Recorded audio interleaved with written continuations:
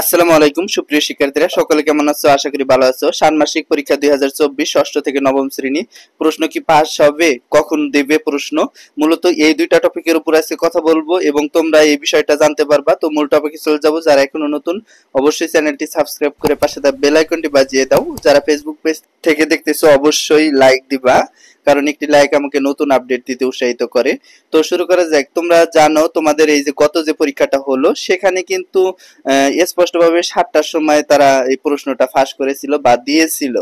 এখন দেখো তোমাদের এই 10 তারিখের যে পরীক্ষাটা হবে সেই পরীক্ষা কি একই সময়ে দিবে না ভিন্ন সময়ে দিবে?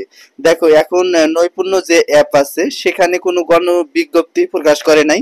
তবে গত সপ্তাহে বা গত যে পরীক্ষা ছিল সেই পরীক্ষার ডেট অর্থাৎ যেহেতু 7টার সময় দিয়েছিল প্রশ্ন, এখনো কিন্তু 7টার সময় দিবে। এই প্রশ্ন যে ফাঁস হবে, কিভাবে ফাঁস হবে, অর্থাৎ প্রধান শিক্ষকের মাধ্যমে কিন্তু আমরা এটা জানতে পারি। অর্থাৎ প্রধান শিক্ষকের নৈপুণ্য অ্যাপে যখন এই প্রশ্নটা আসে, ওই প্রশ্নটা কিন্তু অন্য কেউ সেটা সোশ্যাল মিডিয়ায় ছেড়ে দেয়, যার কারণে কিন্তু আমরা প্রশ্নটা পাই। আর না হলে কিন্তু আমরা প্রশ্নটা পাইতাম না। তো যখনই ছাড়ুক না কেন অবশ্যই তোমরা পেয়ে যাবা, তোমরা পাবা আশা করা যায়। আর তোমাদের প্রশ্ন যদি 7টার সময় নৈপুণ্য অ্যাপে দেয়, সেক্ষেত্রে দেখা যাবে যে 8টা বা 8:30টার সময় তোমরা ইউটিউব চ্যানেল বা যে কোনো সোশ্যাল মিডিয়ার মধ্যে পেয়ে যাবা।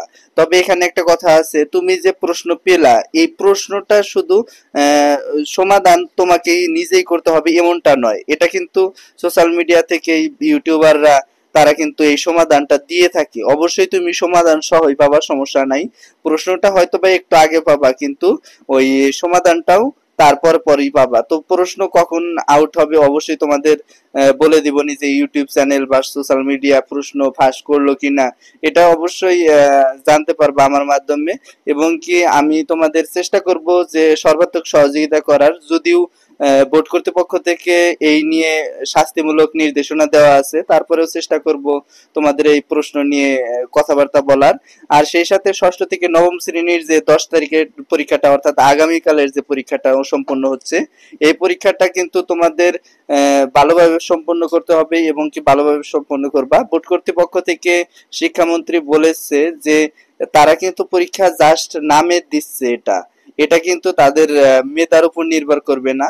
তো তার মেধাটা কখন নির্ভর করবে, যখন দেখা যায় ব্যবহারিক বা প্র্যাকটিক্যাল পরীক্ষা নিবে, তখন কিন্তু তোমাকে মার্ক বেশি ডিস্ট্রিবিউশন করা হবে, অর্থাৎ বেশি মার্ক দেওয়া হবে। তখন তোমাকে যাচাই করা হবে যে তুমি কোন ধরনের ছাত্র। এখন জাস্ট নামে শুধু পরীক্ষাটা নিচ্ছে। তো এই ছিল আজকের ভিডিওটা। সামনে কোন আপডেট চাও অবশ্যই সকল আপডেট আমার কাছ থেকে পাবা। ধন্যবাদ সবাইকে। আসসালামু আলাইকুম।